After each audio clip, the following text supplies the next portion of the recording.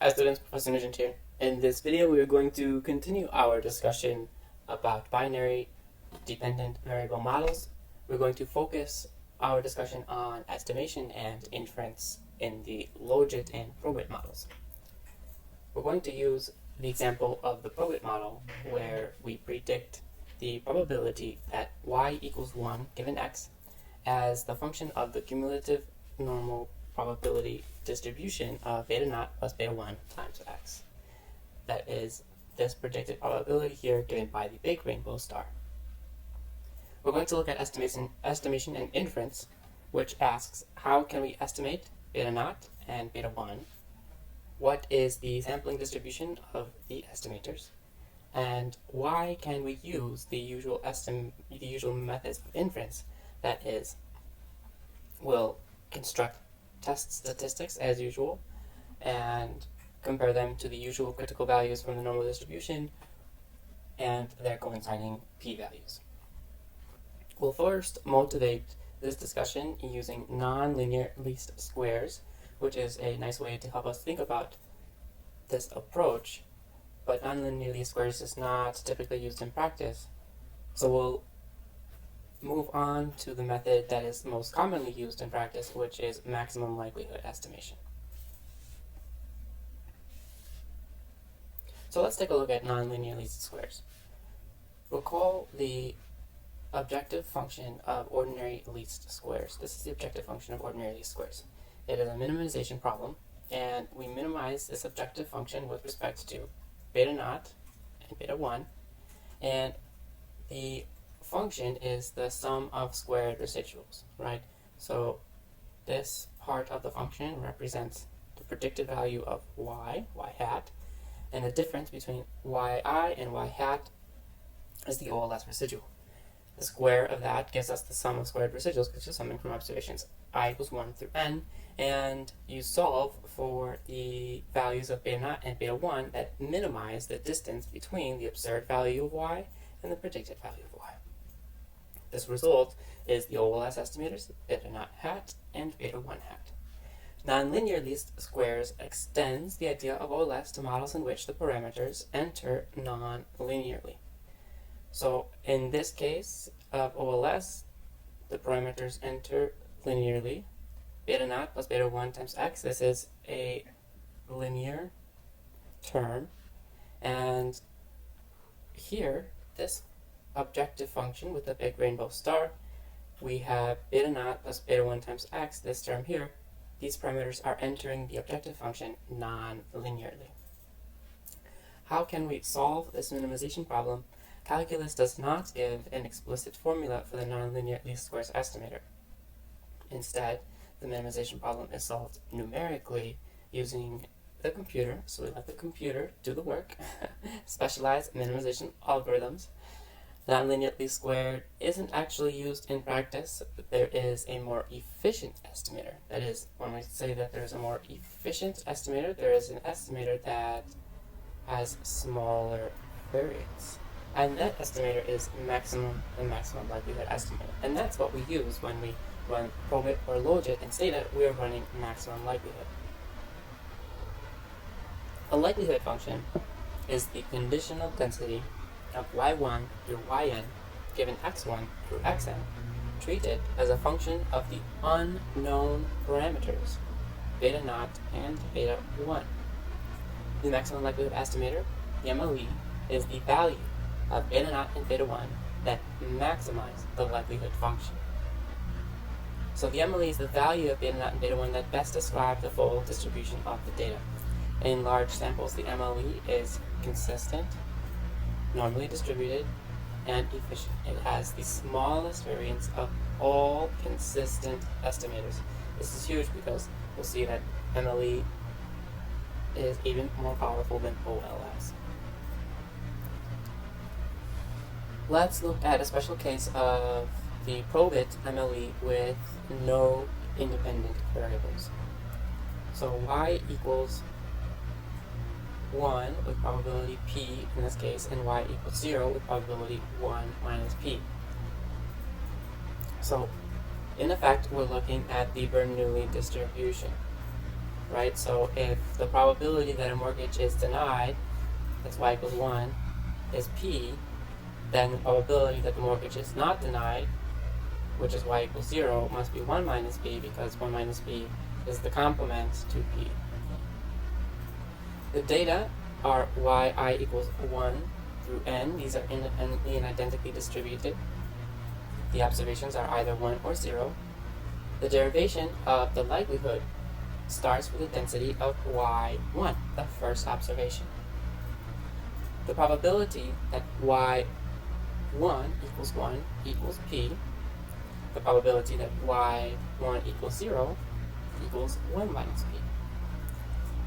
We can generalize this statement to say that the probability that y1 equals a value y1, where this could be either 0 or 1, is equal to p to the power of y1 times 1 minus p to the power of 1 minus y1.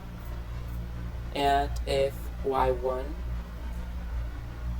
equals 1, then this is p to the power of 1, 1 minus p to the power of 0, and this term drops out, because 1 minus anything to the power of 0 is equal to 1.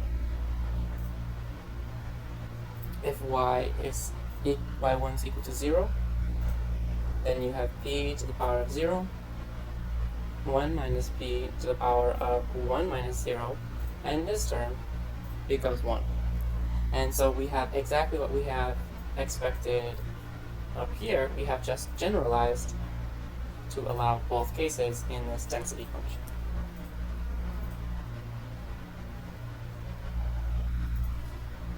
Let's move down the domain of y. So the joint density of y1, y2, where y2 is the second observation, can be described as follows. Because y1 and y2 are independent of each other, then their joint density is the product of their individual density functions. So you can multiply their individual density functions, which is probability that y1 equals y1 times probability that y2 equals little y2. Substitute in their density functions in line 2, and then collect terms in line 3. In essence, you are just summing the exponents.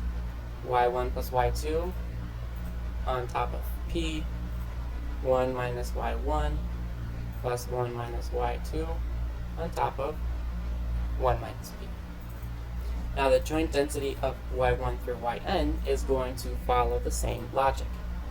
You are multiplying the individual densities of all of the observations of y1 through yn, that they equal little y, because they are independent of each other.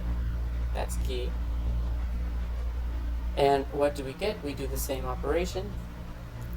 You sum over their exponents, and you get p to the power of sum from y equals 1 to n, yi, times 1 minus p in parentheses n minus sum from y equals 1 to n of yi.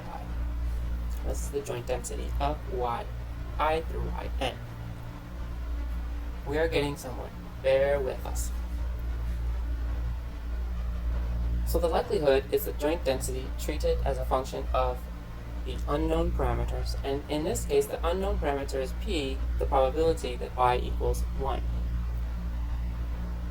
So we have a function of p and y1 through yn. This joint density is, as we have solved, p to the power of the sum from I equals 1 to n of yi times 1 minus p to the power of, in parentheses, n minus the sum from I equals 1 to n of yi. The maximum likelihood estimator maximizes this likelihood. It is easier to work with the logarithm of the likelihood. So we take the log of both sides. When we do that, the exponents come down in front.